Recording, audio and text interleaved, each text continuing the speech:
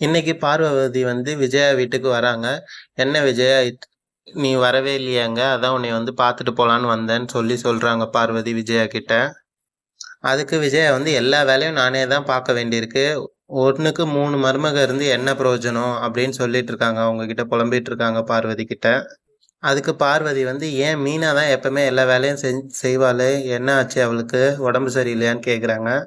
அதுக்கு விஜயா சும்மா வீட்டில் இருந்தானே பணம் பணம்னு அலைஞ்சு கையை உடைச்சிட்டு வந்து நிற்கிறா ஆர்டர் எடுக்க போறேன்னு சொல்லிட்டு.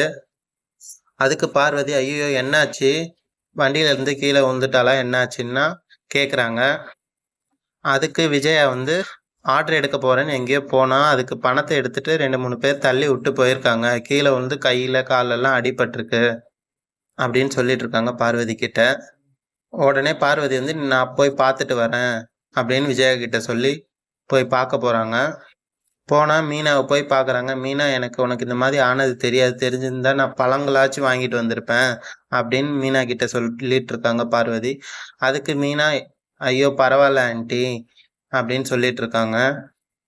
இன்னொரு பக்கம் முத்துவோட ஃப்ரெண்டும் போயிட்டு விசாரிக்க போய் இருக்காங்க. யார் பணத்தை எடுத்திருப்பா, நம்ம போய் மண்டபத்துல ஒரு வார்த்தை சொல்லிட்டு வந்துருவோம், இதனாலதான் ஆர்டர் எடுக்க முடியலன்ட்டு அப்படின்னு அந்த பிஸ்னஸ் கார்டை வாங்கிட்டு மண்டபம் அட்ரஸ் வாங்கிட்டு போயிட்டு இருக்காங்க. போயிட்டு அவர்கிட்ட பேச்சு கொடுத்து விசாரிக்கிறாங்க. எங்களுக்கு பதிலாக இந்த ஆர்டர் வேற யாருக்கு கொடுத்துருக்கீங்கன்னு மேனேஜர் கிட்ட கேட்குறாங்க. அதுக்கு மேனேஜர் வந்து உங்களுக்கு எதுக்குப்பான்னு கேட்குறாங்க. அதுக்கு இல்லை சார், என் ஒய்ஃப் கிட்ட நிறைய பேர் வேலை செஞ்சுட்டு இருக்காங்க, அவங்களுக்கு நான் இவங்க கிட்ட வேலை சேர்த்துக்க சொல்லுவேன் இந்த ஆர்டர்ல, அதுக்காக தான் சார், வேற எதுக்காண்டியும் இல்லை அப்படின்னோடனே அப்படியாப்பா அப்பனா சொல்றேன்ப்பா, இவங்க எடுத்தது இவங்க தான்ப்பான்ட்டு அவங்க பேரை சொல்லிடுறாங்க. உடனே சந்தேகத்தோட கேட்குறாங்க, ஏன் சார் இந்த ஆர்டரு என் ஒய்ஃபுக்கு நீங்கள் முன்னாடியே கொடுத்துட்டீங்க போல் இருக்கு. இல்லைப்பா கரெக்டாக டைமிங், நான் கரெக்டாக வெயிட் பண்ணி தான்ப்பா சொன்னேன்.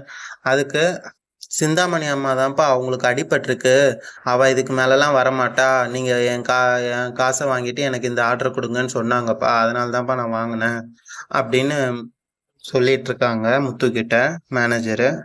உடனே சரிங்க சார், இனிமே எதனா ஆர்டர் வந்துச்சுன்னா எங்களுக்கு கொடுங்க சார் அப்படின்னு சொல்லிட்டு தனியாக போய் அவங்க ஃப்ரெண்டு கிட்ட சொல்கிறாங்க. அடிப்பட்டது அவங்களுக்கு எப்படி தெரியும் அப்படின்னு சொல்லிட்டு இருக்காங்க. பணத்தை எடுத்துட்டு வர்றது இவங்களுக்கு எப்படி தெரிஞ்சிச்சு, சரியான டைம்ல இவங்க தனியாக தான் வராங்க, இவ்வளோ பணம் இருக்குன்னு பணத்தை அடிச்சவனுக்கு எப்படி தெரியும்? அப்போ நம்ம சைட்லேருந்து ஏதோ ஒரு ஆள் தகவல் கொடுத்துருக்கணும், இன்னொரு ஆள் இந்த அம்மா தான் அப்படின்னு சொல்லி கன்ஃபார்ம் பண்ணிடுறாங்க.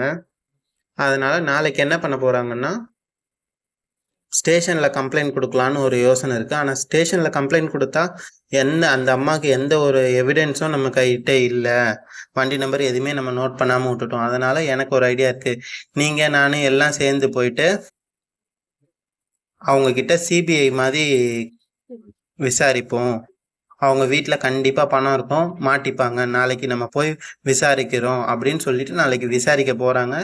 விசாரித்த இடத்துல பணத்தை கண்டுபிடிச்சிடுறாங்க.